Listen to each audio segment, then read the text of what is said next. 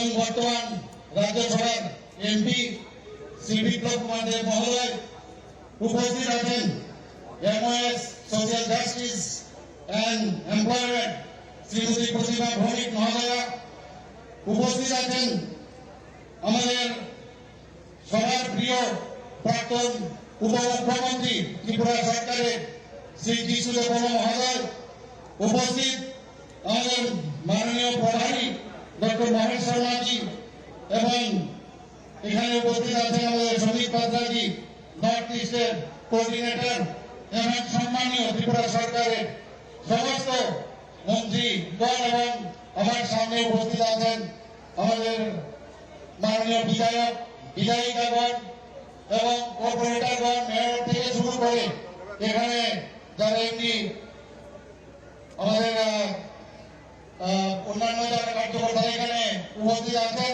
সবাইকে আমি হার্দিক অভিনন্দন ও শুভেচ্ছা জানাচ্ছি। প্রিয় রাজ্যবাসী, দেশ আজ এক ঐতিহাসিক সুযোগের সন্ধিক্ষণে মাননীয় প্রধানমন্ত্রী নরেন্দ্র মোদীজির বিচক্ষণ নেতৃত্বে আধুনিক ভারতবর্ষ নতুন উদ্যোগে এগিয়ে চলছে। মাননীয় প্রধানমন্ত্রীর নেতৃত্বে এক যে 9 বছর পূর্তির সময়কাল দেশের ইতিহাসে এক উল্লেখযোগ্য অধ্যায়। উদ্যম, দক্ষতা ও সুচিন্তিত যে পরিকল্পনা গ্রহণের মাধ্যমে গত 9 বছর দেশে ব্যাপক সংস্কার ও পরিকাঠামোগত উন্নয়ন ঘটেছে। আগামী দিনে ভারতবর্ষের ইতিহাসকে ভাগ করা যাবে প্রাক মোদী যুগ এবং মোদীজির নেতৃত্বে বর্তমান ভারতবর্ষের সময়কাল। দেশের এই সময়কাল জনগণের কল্যাণ এবং সার্বিক উন্নয়নের সময়কাল হিসাবে চিহ্নিত হয়ে যাবে। দীর্ঘদিনের উপেক্ষিত অবহেলিত উত্তর পূর্বাঞ্চলে গত 9 বছর পেয়েছে অভূতপূর্ব উন্নয়নের সুযোগ। রেল, সড়ক, বিমান পরিষেবা থেকে শুরু করে সমস্ত উন্নয়নের ক্ষেত্রে আজকে ত্রিপুরা থেকে আরম্ভ করে পুরো নর্থ ইস্টার্ন যে রোড, সেটা দেশের অন্যতম উন্নয়নের কেন্দ্রবিন্দু। প্রধানমন্ত্রীর মার্গদর্শনে আমাদের রাজ্য গত 9 বছরের সময়কালে সার্বিক উন্নয়ন, আত্মনির্ভরতার ক্ষেত্রে অভূতপূর্ব সাফল্য এসেছে। আমি কিছু উল্লেখযোগ্য সাফল্য তুলে ধরছি। কৃষি ক্ষেত্রে রাজ্যে পিএম কিষাণ যোজনায় বার্ষিক 6,000 টাকা করে 2,47,000-এরও বেশি কৃষক আর্থিক সহায়তা পেয়েছে। এতে করে ব্যয় হয়েছে 533 কোটি 16 লক্ষ টাকা। এর ফলে আগে 2015-16-তে যে কৃষকদের আয় ছিল 6,580 টাকা, বর্তমানে তা 13,590 টাকা হয়েছে, যেটা আমাদের যে চিন্তা ছিল, আমরা যেটা ভেবেছিলাম যে দ্বিগুণ করবো কৃষকদের আয়, সেটা হয়েছে। প্রধানমন্ত্রী ফসল বীমা যোজনায় প্রায় 10,08,00,000 কৃষককে বীমার আওতায় আনা হয়েছে। 10,08,00,000 কৃষককে বীমার আওতায় আনা হয়েছে, যাতে রাজ্যে বাজেট থেকে কৃষকের বীমার অংশীদারিত্ব 20,83,00,000 টাকা বহন করা হয়েছে। বন্ধুগণ, কিষাণ ক্রেডিট কার্ডের মাধ্যমে প্রায় 3,07,000 কৃষককে কৃষি ঋণ দেওয়া হয়েছে, যার আর্থিক খরচ 1,530 কোটি টাকা হয়েছে। স্বাস্থ্য ক্ষেত্রে প্রধানমন্ত্রী জন আরোগ্য যোজনায় 2018 সাল থেকে এখন পর্যন্ত রাজ্যে প্রায় 13 লক্ষ আয়ুষ্মান কার্ড প্রদান করা হয়েছে, এবং সেকেন্ড যেটা হয়েছে প্রায় 2 লক্ষের উপরে, এবং তাতে করে 136 কোটি টাকার আবেদন নিষ্পত্তি হয়েছে। প্রধানমন্ত্রীর পোষণ কর্মসূচিতে 2.5 লক্ষের বেশি প্রাথমিক স্তরের স্কুলের শিশু এবং উচ্চ প্রাথমিক স্তরের 1.5 লক্ষ শিশুকে পুষ্টিকর খাদ্য বিতরণ করা হয়েছে। প্রধানমন্ত্রীর ভাবনাকে পাথেয় করে রাজ্য সরকার মহিলা ও শিশুদের উন্নয়নের ক্ষেত্রে অধিক গুরুত্ব দিয়েছে। রাজ্যে সরকারি চাকরিতে 33% পদ মহিলাদের জন্য সংরক্ষণ করা হয়েছে। বন্ধুগণ, গ্রামীণ মহিলাদের অর্থনৈতিক সমৃদ্ধির লক্ষ্যে প্রায় 4 লক্ষ গ্রামীণ মহিলাকে যুক্ত করে 50,000 স্বসহায়ক দল গঠন করা হয়েছে। স্বসহায়ক দলগুলির মধ্যে 1100 কোটি টাকারও অধিক রিভলভিং ফান্ড ও ব্যাংক লোনের ব্যবস্থা করা হয়েছে। কলেজ স্তর পর্যন্ত আপনারা জানেন যে ছাত্রীদের টিউশন ফি মুকুব করা হয়েছে। নবম শ্রেণীতে পাঠরত প্রায় 1 লক্ষ ছাত্রীকে বিনামূল্যে সাইকেল বিতরণ করা হয়েছে। জনজাতিদের সার্বিক বিকাশে সরকার আন্তরিক। বনাঞ্চলে বসবাসকারী নাগরিকদের অধিকার সুরক্ষিত করতে বনাধিকার অ্যাপ চালু করা হয়েছে। ভারত সরকারের 17টি আমাদের মাননীয় প্রধানমন্ত্রীর কারণে 17টি একলব্য মডেল রেসিডেন্সিয়াল স্কুলে অনুমোদন দিয়েছে। এর মধ্যে 2 স্কুল ইতিমধ্যে চালু হয়েছে। রাজ্যের 1400টির অধিক স্কুলে ককবরক ভাষাকে আমরা বিষয় হিসাবে চালু করেছি। আগরতলা সিঙ্গারবিল বিমানবন্দরকে মহারাজা বীর বিক্রম বিমানবন্দর হিসাবে নামকরণ করা হয়েছে এবং আন্তর্জাতিক টার্মিনাল বিল্ডিং হিসাবে চালু করা হয়েছে। পরিকাঠামোগত উন্নয়নের ক্ষেত্রে রাজ্যে প্রায় 5 লক্ষ ঘর আমরা সুবিধাভোগীদের জন্য বরাদ্দ করেছি। প্রধানমন্ত্রী গ্রাম সড়ক যোজনায় রাজ্যে 2000 কিলোমিটার উপর রাস্তা নির্মাণ করা হয়েছে। জল জীবন মিশনে রাজ্যে 4,30,000 উপর পরিবারে পানীয় জলের সংযোগ দেওয়া হয়েছে। সবাইকে প্রকল্প দীনদয়াল উপাধ্যায় গ্রাম জ্যোতি যোজনার অধীনে প্রায় 2,18,000 পরিবারে প্রায় 690 কোটি টাকা দেওয়া হয়েছে। বন্ধুগণ, মাননীয় প্রধানমন্ত্রীর এই ধরনের দূরদর্শী উদ্যোগের ফলে দেশ আজ 5 ট্রিলিয়ন অর্থনৈতিক লাভে উন্নতি হয়েছে। এই জনমন্ত্রী শাসন আরো অনেক বছর বজায় থাকুক এবং প্রতিটি স্বপ্নকে বাস্তবে পরিণত করার সুযোগ এনে দিন। আমাদের মাননীয় প্রধানমন্ত্রীর মার্গদর্শনকে পাথেয় করে এক ত্রিপুরা শ্রেষ্ঠ ত্রিপুরা করার লক্ষ্যে আমাদের রাজ্যে উন্নয়ন কর্মযজ্ঞ অব্যাহত রয়েছে। সবাইকে অনেক ধন্যবাদ। নমস্কার। বন্দে মাতরম। ভারত মাতা কি জয়। ধন্যবাদ আমাদের রাজ্যের মাननीय मुख्यमंत्री के। 2014 से 2024 एक स्वर्णिम काल जो लिखी जा रही है अपने प्रधानमंत्री के हाथों द्वारा, उस काल की गाथा को बयां करने के लिए अभी मैं विनम्रता से निवेदन करती हूँ अपनी भारतीय जनता पार्टी के राष्ट्रीय अध्यक्ष आदरणीय जेपी नड्डा जी का। भारत माता की, भारत माता की।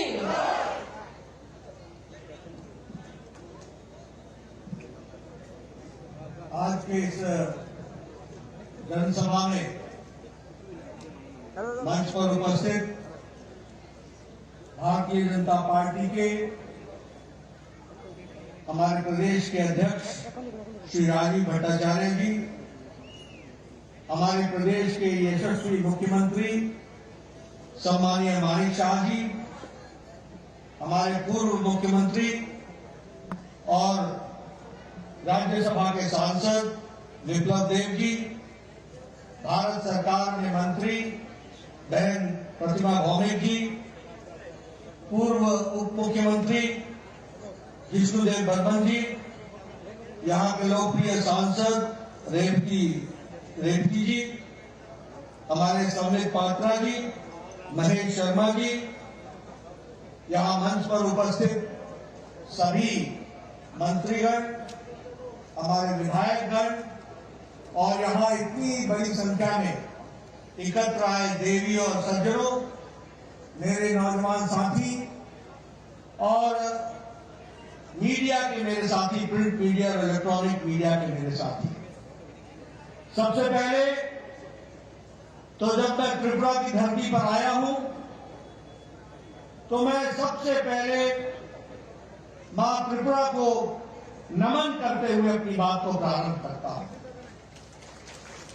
त्रिपुरेश्वरी माता जी की आशीर्वाद लेकर अपनी बात को आप सबके सामने रखना चाहता हूं। और जब मैं साउथ त्रिपुरा में आया हूं, दक्षिण त्रिपुरा में आया हूं, तो यहां शांति बाजार में जो हमारा बहुत प्रसिद्ध काली मंदिर है, उसको भी मैं नमन करते हुए अपनी बात को प्रारंभ करता हूं। मित्रों, मुझसे पूर्व राजीव भट्टाचार्य जी ने, हमारे विप्लव देव जी ने और हमारे सभी पूर्व वक्ताओं ने, प्रतिमा जी ने, हमारे मुख्यमंत्री जी ने आपके सामने बहुत ही तफसील से किस तरीके से मोदी जी के नेतृत्व में देश आगे बढ़ा है और त्रिपुरा का भी विकास हुआ, देश का भी विकास हुआ, इन सारी बातों को बहुत गहराई से आपके सामने रखा है। मैं एक ही बात कहना चाहता हूं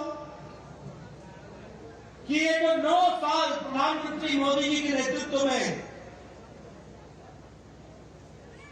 जो हम सब लोगों ने देखा है, उसमें हमने पाया है कि इन 9 सालों में भारत की तस्वीर और तकदीर को मोदी जी के नेतृत्व ने बदल डाला है। इसको मैं गौरव के साथ कह सकता हूं।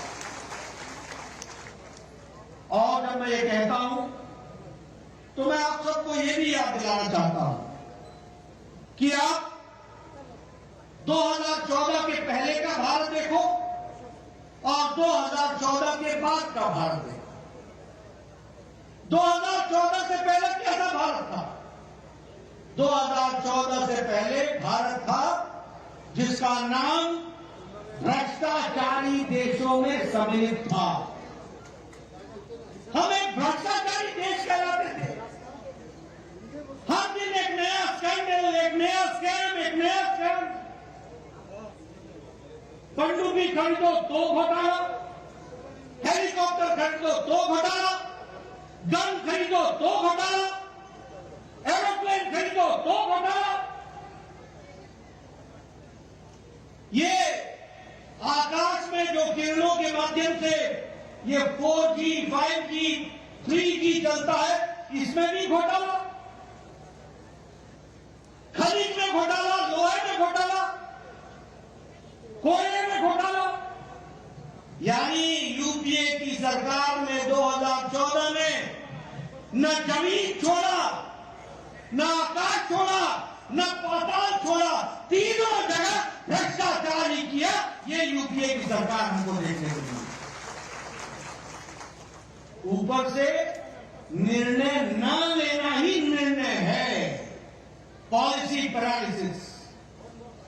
उस समय का रक्षा मंत्री कहता था कि बॉर्डर पर सड़क न बनाना यही हमारा डिफेंस है, यही हमारी रक्षा है कि न सड़क होगी और न ही दुश्मन आ पाएगा। ये भूल जाते थे कि चाइना ने हमारे बॉर्डर तक सड़क बना ली है, उसको मिनट लगेगा घुसने में।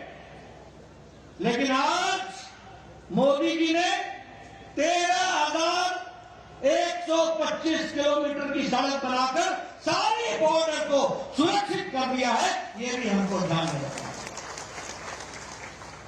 तो एक समय था भ्रष्टाचारी देश, निर्णय न लेने वाला देश, अनिर्णय की स्थिति में रहने वाला देश, वंशवाद से ग्रसित देश। और वहां से आदरणीय मोदी जी ने 2014 के बाद निर्णय लेने वाला देश, मजबूत देश, कड़वे फैसले करने वाला देश, आम आदमी को राहत मिल सके इसके लिए काम करने वाला देश बनाया। तो मोदी जी ने बनाया, इस बात को भी हमको ध्यान रखना। और इसीलिए जहां भ्रष्टाचार था उससे देश को निकाल करके विकासवाद के साथ, जहां वंशवाद था तो वंशवाद से निकाल करके विकासवाद की ओर ले गए, जहां वोट बैंक की पॉलिटिक्स थी उस वोट बैंक की पॉलिटिक्स से निकाल करके देश को तरक्की की ओर ले जाने का काम और रिपोर्ट कार्ड की राजनीति को मोदी जी ने सामने ला करके खड़ा किया। इसलिए मोदी जी के नेतृत्व में नहीं सिर्फ सरकार बदली, सरकार के साथ साथ सरकार के काम करने की संस्कृति भी बदल डाली। इस बात को भी हमको ध्यान में रखना चाहिए। रिपोर्ट कार्ड की राजनीति, आज यहां हमारे जो भी नेता खड़े होते हैं छाती ठोक के बोलते हैं, हमने ये कहा था, हमने ये किया है, हमने ये कहा था, हमने ये किया है, ये हम करेंगे, ये कर रहे हैं और ये भी करके देंगे। इस बात को कहा है तो भारतीय जनता पार्टी ने कहा। और इसीलिए जब हम विकास की बात करते हैं, आपको जान करके खुशी होगी कि सड़कों के लिए, रोड्स, नेशनल हाईवे के लिए, इंफ्रास्ट्रक्चर के लिए 18 लाख करोड़ रुपए 2014 से 2022 के बीच में खर्च हुआ है। और इस साल 10 लाख करोड़ रुपए सिर्फ इंफ्रास्ट्रक्चर पर खर्च हो रहा है, सिर्फ इंफ्रास्ट्रक्चर पर खर्च हो रहा है। रेलवे लाइन, रोड, अब मैं अगर कंस्ट्रक्शन की बात करूं, एक समय में प्रतिदिन 12 किलोमीटर नेशनल हाईवे बनता था एक दिन में, और आज 29 किलोमीटर प्रतिदिन नेशनल हाईवे बनाया जा रहा है। ये भी हमको ध्यान रखना चाहिए। उसी तरीके से नेशनल हाईवे पिछले 9 सालों में 54,000 किलोमीटर बने, 54,000 किलोमीटर, और त्रिपुरा में पिछले 6 सालों में 300 किलोमीटर नेशनल हाईवे बन करके तैयार हुआ है। ये भी हमको याद रखना है। ये जो अगरतला से शांति बाजार तक और ये जो साउथ त्रिपुरा है, अब ये नेशनल हाईवे है कि नहीं है? ये नेशनल हाईवे किसने दिया? 2016 में मोदी जी ने दिया, और नितिन गडकरी जी ने काम करा करके ये भी आपको दिया। और आज 6 नेशनल हाईवे आज त्रिपुरा में उनका काम चल रहा है, और वह आपको त्रिपुरा को दिया गया है। उसी तरीके से अगर हम बात करें तो 37,000 किलोमीटर रेलवे ट्रैक को इलेक्ट्रीफाई कर दिया गया है। यानी अब 37,000 किलोमीटर की सड़क रेलवे ट्रैक पर इलेक्ट्रिक की ट्रेन दौड़ती है, इलेक्ट्रिफिकेशन हो गया है। यह भी हमको ध्यान रखना चाहिए।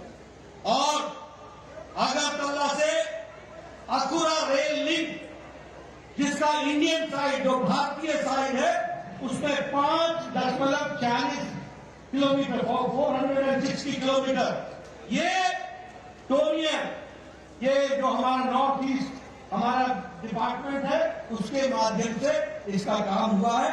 और 6.8 किलोमीटर ये बांग्लादेश में जो रेलवे ट्रैक बन रहा है, इसका खर्च मिनिस्ट्री ऑफ एक्सटर्नल अफेयर्स विदेश मंत्रालय ने दिया है। और अब अगरतला से कलकत्ता जाने का समय 31 घंटे से घट करके 10 घंटे हो जाएगा। ये विकास की नई कहानी की जा रही है। ये है बदलता भारत। पहले हम बांग्लादेश में के माध्यम से सोच नहीं सकते थे। आज हमने रेलवे ट्रैक के काम को आगे बढ़ाया। आपको जान करके खुशी भी होगी और आश्चर्य भी होगा।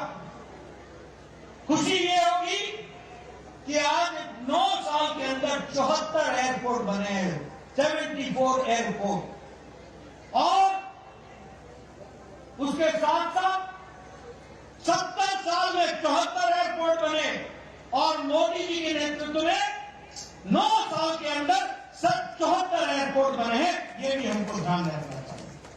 आज नॉर्थ ईस्ट में 7 नए एयरपोर्ट बन रहे हैं। सभी कैपिटल को जोड़ने का प्रयास हो रहा है, या कैपिटल के नजदीक एयरपोर्ट बनाने का इंतजाम हो रहा है।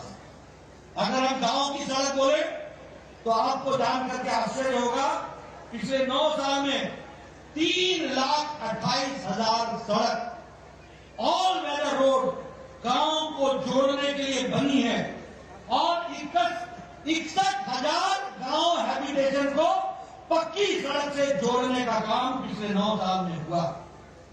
अगर मैं शांति और सुरक्षा की बात करूं तो मैंने पहले कहा 13,125 किलोमीटर, क्षमा करिएगा 13,525 किलोमीटर फॉरवर्ड रोड बन करके तैयार हो गया है।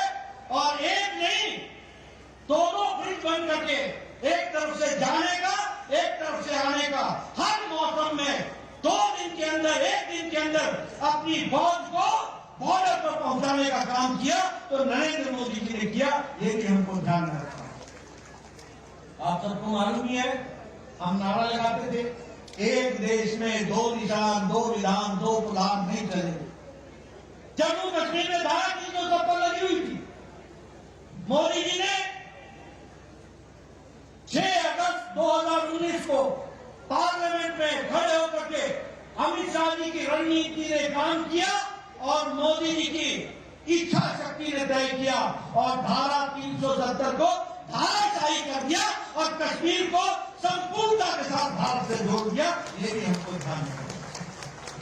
उसी तरीके से अगर मैं बात करूं तो हमारे यहां विकास की दृष्टि से डिफेंस के प्रोडक्शन में 99% एक तो 7,500 करोड़ रुपए का जो प्रोक्योरमेंट है वो हुआ है और उसी तरीके से 2,71,000 का 2022 से इसमें प्रोक्योरमेंट हो रहा है डिफेंस प्रोडक्ट्स का, और जिसमें से 99% भारत की इंडस्ट्री बना रही है।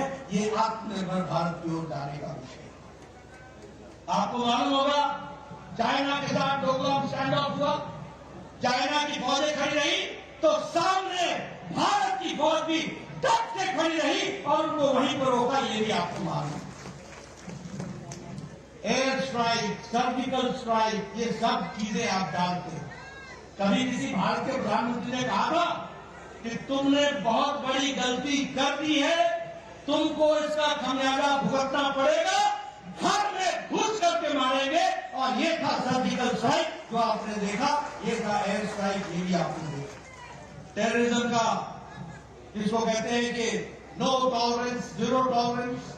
अगर मैं बात करूं आत्मनिर्भरता की ओर, तो आज भारत AK-203 बनाने लगा है, असॉल्ट राइफल बनाने लगा है, उसी तरीके से प्रचंड हेलीकॉप्टर बनाने लगा है, उसी तरीके से INS विक्रांत भारत ने लड़ाकू जहाज बना करके दिखा दिया है और भारत की फौज में वो बेड़ा में वो शामिल हुआ है। ये भी हमको ध्यान में रखना।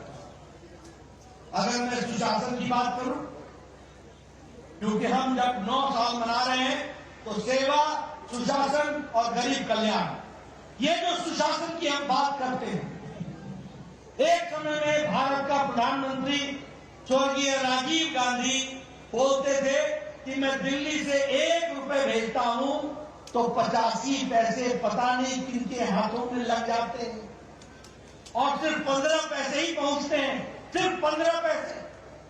आज बदलता भारत मोदी जी के नेतृत्व में 22,40,000 करोड़ रुपए लोगों के खाते में, बैंक में पहुंचा दिया गया।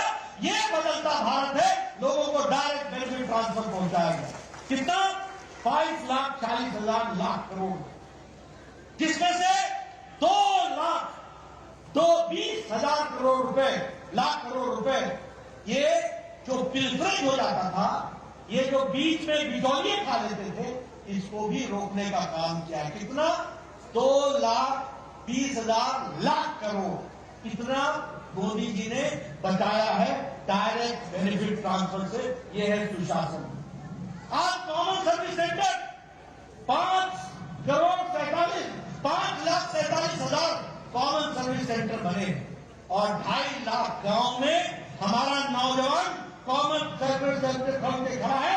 और आज किसी भी गांव में कॉमन सर्विस सेंटर में जाकर के भारत सरकार और त्रिपुरा सरकार की तमाम योजनाओं का उपयोग आप कर सकते हैं और उससे आप डिजिटलाइजेशन के माध्यम से आप उसका उपयोग कर सकते हैं। बदलता भारत कैसा है? बदलता भारत ऐसा है जिसमें हम 10वें नंबर की आर्थिक व्यवस्था थे, 10वें नंबर, और मोदी जी के नेतृत्व में जिस ब्रिटेन ने, जिस इंग्लैंड ने हमको 200 साल राज किया, उसको पछाड़ करके आज भारत 5वीं सबसे बड़ी अर्थव्यवस्था बन गई। स्टील के मैन्युफैक्चर में, इस्पात के मैन्युफैक्चर में हम 4थे नंबर पर खड़े थे, आज हम 2रे नंबर पर खड़े हैं। अगर हम बात करें टॉय इंडस्ट्री में, आपको याद होगा मन की बात में मोदी जी ने कहा था कि विदेशी खिलौने मत खरीदो, भारत के खिलौनों पर विश्वास रखो। आपको जान करके खुशी होगी कि खिलौनों का खपत नहीं, खिलौनों का एक्सपोर्ट यानी दूसरे देशों को बेचने का काम भारत में तिगुना बढ़ गया है, 3 टाइम्स बढ़ गया है। और अब भारत खिलौने ले नहीं रहा है, खिलौने बाहर के देशों को बेच रहा है। यह परिस्थिति आगे की कमी। उसी तरीके से जापान, जो गाड़ियों के लिए जाना जाता था, कार के, उसको पिछाड़ करके अब Bharat 3rd largest market automobile की बन गई है, 3री लार्जेस्ट मार्केट ऑटोमोबाइल की बन गई। और उसी तरीके से फॉरेन डायरेक्ट इन्वेस्टमेंट हमारे यहां $84.8 बिलियन फॉरेन का इन्वेस्टमेंट भारत में बढ़ा है। यह भी हमको समझने की जरूरत है। 50% हमारा इलेक्ट्रॉनिक गुड्स में एक्सपोर्ट बढ़ा है। और इसी तरीके से हमारे विकास के नए नए आयाम बने हैं। आपको जान करके खुशी होगी, आपने कभी सोचा था? मुझे कोई एग्जैक्ट नंबर नहीं मालूम, याद नहीं है, शायद मुझे सम्मित जी बता दे, लेकिन शायद 470 एयरबस हमने ऑर्डर किया है। 470 एयरबस भारत ने ऑर्डर किया है। 470।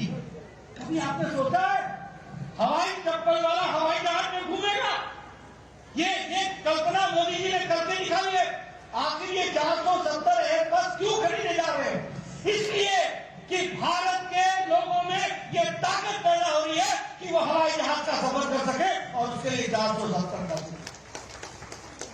और ये जब 470 बसें खरीदी जा रही है, तो जो बाइडेन कहते हैं यह एक लैंडमार्क ऑर्डर अमेरिका को मिला है। इससे हमारे 44 स्टेट्स के लोगों में एम्प्लॉयमेंट बढ़ेगी। ये जो बाइडेन कहते हैं अमेरिका के राष्ट्रपति। उसी तरीके से रोल्स रॉयस के जो इंजिन हैं वो एयरबस खरीदेगा, और इसके लिए यूके के प्रधानमंत्री ये कहते हैं कि समय 2050 तक भारत दुनिया की तीसरी सबसे बड़ी अर्थव्यवस्था बन जाएगी। ये ऋषि सुनक बोले। और उसी तरीके से हमारे विकास के दृष्टि से इकोनॉमिक पावर के रूप में उनको प्रोजेक्ट किया जाता है, वो भी हमको देखने को मिलता है। मित्रों, मैं यहां आप लोगों को क्लियर कर देना चाहता हूं, और मैं चाहता हूं मेरे आंकड़े मीडिया वाले नोट कर लें, और सही मायने में भारत की तस्वीर लोगों के सामने रखें। ये जो कांग्रेसी भाई है ना, और ये सीपीएम के ये अनपढ़ लोग, क्षमा करिएगा मैं सब बोल रहा हूं अनपढ़, इनको पढ़ाई लिखाई से कोई वास्ता नहीं है। जहां खड़े होते गरीबी, बेरोजगारी, अरे रोजगार के बारे में तुमने बता दिया। आज 5th लार्जेस्ट इकोनॉमी बन गई है। अगर रोजगार नहीं होता तो ये इकोनॉमी कैसे बनती? अगर हम सबसे बड़ी इकोनॉमी बनने की तरफ बढ़ रहे हैं, तो रोजगार के साधन देने का काम भी भारत कर रहा है, ये हमको समझना चाहिए। लेकिन इन अनपढ़ लोगों को मैं बताना चाहता हूं, दुनिया में कोरोना आया, देश में दुनिया में सब जगह मंदी हुई, दुनिया में रूस का और यूक्रेन का झगड़ा हुआ, और ये सप्लाई चेन सबका टूटा, सभी को आर्थिक समस्या आई। लेकिन इस आर्थिक समस्या में मैं आपको बताना चाहता हूं, भारत दुनिया का फास्टेस्ट ग्रोइंग इकोनॉमी है। ये सबसे तेज गति से आर्थिक व्यवस्था को बढ़ाने वाला जीडीपी का देश है, ये भी समझो।